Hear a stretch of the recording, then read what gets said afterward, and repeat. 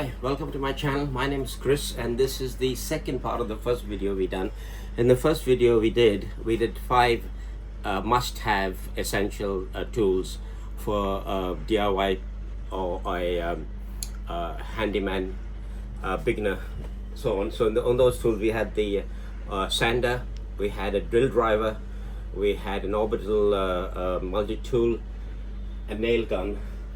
I think that's 5, yeah. So with that, this is the second part of that one. So this is for when you, as funds permit, or you want to just get more tools to do more jobs and so on, and you find that there's an extra tool you need or whatever. These are the 5 hand sort of must-have part 2 or add-ons to the first one. Now I'm using DeWalt tools because this is the platform I bought into, and I like DeWalt tools.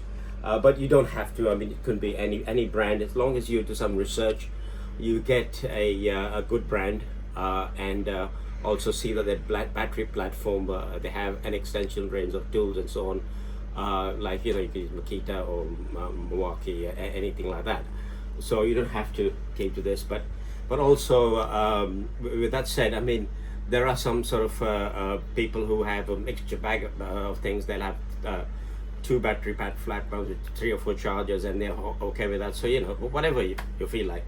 So with that, let's do the part 2.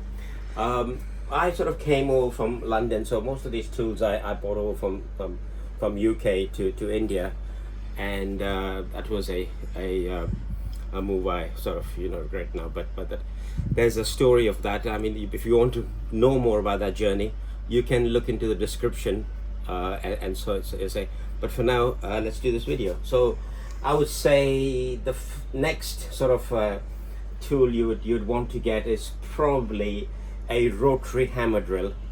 And the reason for that is if you're doing, like if you're over here in India, most of it, there's a lot of concrete, so my drill driver doesn't do the job really, and if it does, it's very slow. It sort of smokes, burns out the drill bit and so on. You'd find that this goes through like butter. So if you're doing more outdoor work, more concrete work and so on, a rotary hammer drill, that's the next best thing. So this is on a straight and rotary. You can see it makes that noise, nice and rotary.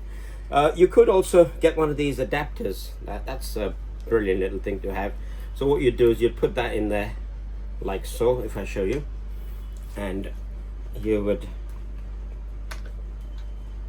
lock that in, and then you can, so once you've done your hole, you put your wall plug in, you can, instead of going grabbing the other drill driver coming off your ladder or whatever, you can just put this bit in and put it on normal, and you can screw your screw in, so or take it out in reverse. So this is the next thing you'd think of getting.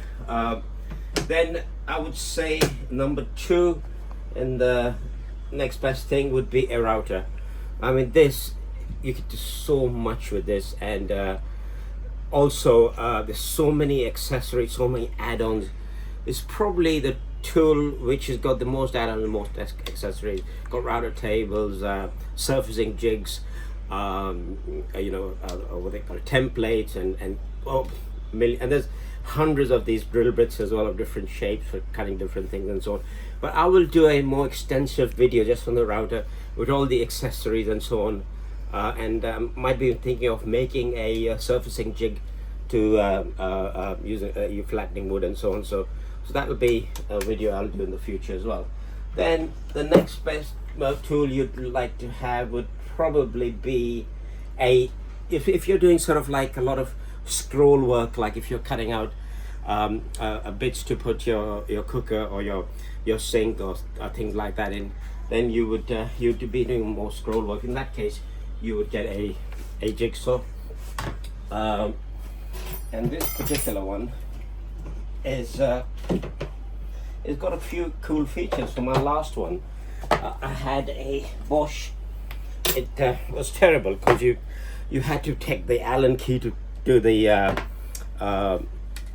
blade change and so on, which with this one you just pull this over and you drop your blade in, into the groove over there, and you're way to go. Also, you can have it backwards. Some tight spots you might have to use it backwards. So yeah, that was a handy thing to have. Plus, it's got this this orbital action thing going. So you'll find that a lot of materials, as you use this, it cuts the material faster and so on, gives you a cleaner cut. So that's another cool feature. Another cool feature is this big lever to adjust from 180 straight to 45, 60, 30, whatever. It's a lot easier to do. And yeah, so it's got LED light as well, which the old one didn't. So that was and variable speed as well. So you could go slow or fast. As fast as you want. You also got a speed.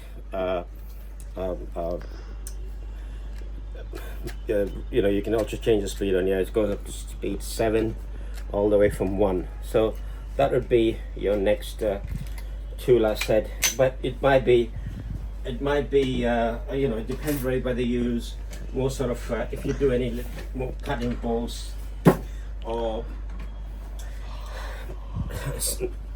you know, grinding, or even what they call it, working with tiles, marble, anything like that. I would say a cut-off tool or a angle grinder.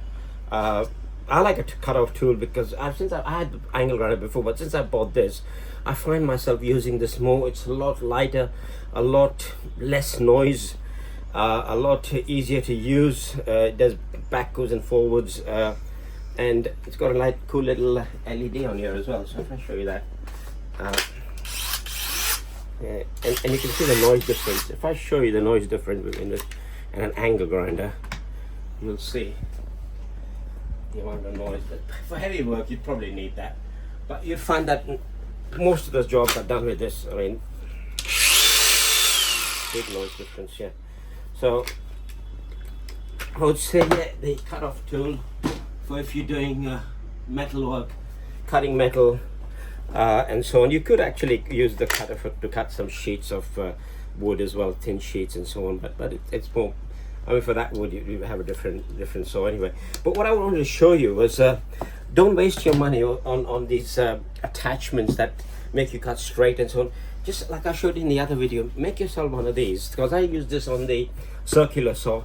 But you also find that if you clamp this down, so you clamp it down, you clamp this piece down, and say this is the work piece you're going to cut.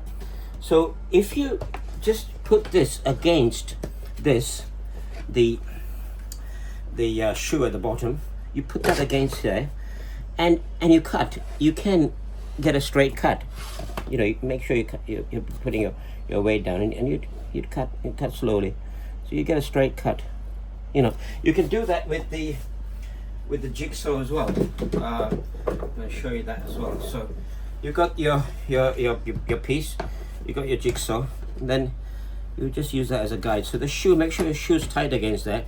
You pull the trigger and you do your cut. So, you know, I find I sort of find that I've used this for a lot of straight cuts, for a lot of other things, and so on.